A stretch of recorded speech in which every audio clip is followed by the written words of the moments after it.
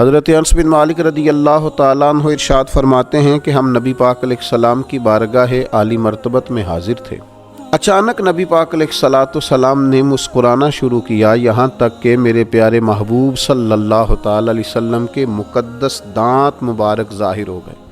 اور صحابہ فرماتے ہیں جب حضور مسکراتے تو دانتوں سے ایسا نور نکلتا تھا کہ مسجد نبوی شریف کی دیواریں بھی روشن ہو جاتی تھیں۔ حضور مسکرائے تو سیدنا عمر رضی اللہ تعالیٰ عنہ نے عرض کیا کہ یا رسول اللہ صلی اللہ تعالیٰ علیہ وسلم، میرے ماں باپ آپ پر قربان ہو، کس بات پر آپ ہنسے؟ تو نبی پاک صلی اللہ تعالیٰ علیہ وسلم نے فرمایا، میرے دو امتی قیامت کے دن اللہ کی بارگاہ میں کھڑے ہوں گے اور ان میں سے ایک عرض کرے گا، یا اللہ، اس میرے بھائی نے مجھ پر ظلم کیا تھا، میرے اوپر اس نے جبر کیا تھا، تو مجھے اپنا حق اس سے لے کر دیا جائے۔ تو حضور علیہ السلام فرماتے ہیں اللہ تعالیٰ اس شخص سے فرمائے گا کہ اپنے بھائی کو اس کا حق دو۔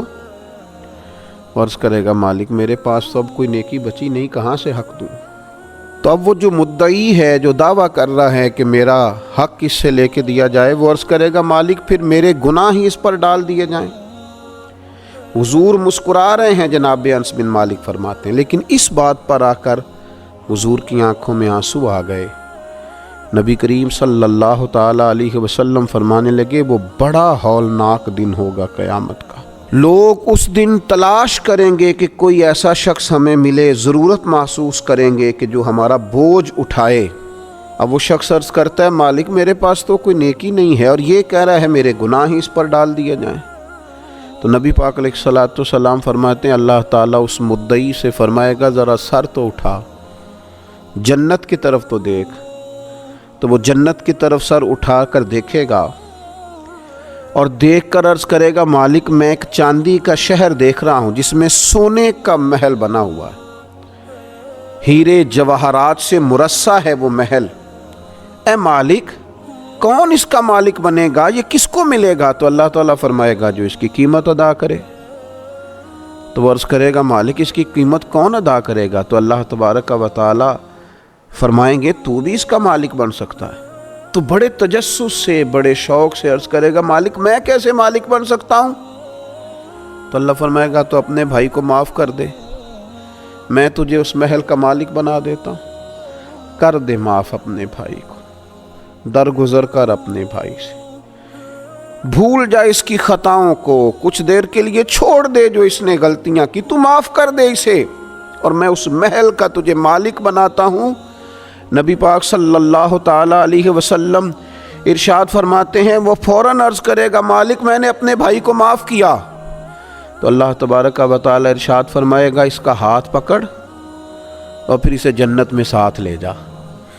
جا، گویا میں نے اسے بھی جنت دی۔ یہاں شارحین حدیث نے لکھا ہے کہ یہ جس کو کہا جا رہا ہے کہ اس کو پکڑ کے جنت میں لے جا، اگرچہ اس سے غلطیاں ہوئی لیکن بعد میں اس نے توبہ سچی کی، اس نے اللہ کی بارگاہ میں گڑ گڑا کے معافیاں مانگی، اس نے کوشش کی حق ادا کرنے کی۔ لیکن اگر کچھ کمیاں رہ گئیں تو چونکہ سچا تھا، ادا کرنا چاہ رہا تھا، کچھ باتوں پہ پہنچ نہ سکا، تو آج اللہ تبارک و تعالیٰ اس کی طرف سے لوگوں کو صلہ عطا کر رہا ہے۔ اللہ فرماتے ہیں، اس کا ہاتھ پکڑ اور جنت میں لے جا۔ اللہ کے محبوب صلی اللہ تعالیٰ علیہ وسلم نے نتیجے کے طور پر، رزلٹ کے طور پر یہاں ایک بات ارشاد فرمائی۔ حضور فرمانے لگے، اللہ تعالیٰ سے ڈرو اور باہمی معاملات درست رکھو، اللہ تبارک و تعالیٰ قیامت کے دن مومنوں میں صلح کرائے گا۔ تو تم یہیں اپنے معاملات کو درست رکھو۔ اب مجھے بتائیے، ایک تو یہ نتیجہ نکلا کہ مالک کریم کتنا ہے، مہربان کتنا ہے، توبہ کرنے والے پر عطا کتنی۔ دوسرا، حضور کی علم و حکمت کی اس گفتگو سے سمجھیے کہ اللہ درگزر کرنے والے کو عطا کتنا کرتا ہے۔ اور پھر یہ بھی دیکھیے کہ صلح کرانا کتنا مقدس کام ہے۔ دو بھائیوں کو ملا دینا، قریب کر دینا، روٹھے ہوں کو ایک دوسرے کے قریب کرنا کتنا عظیم کام۔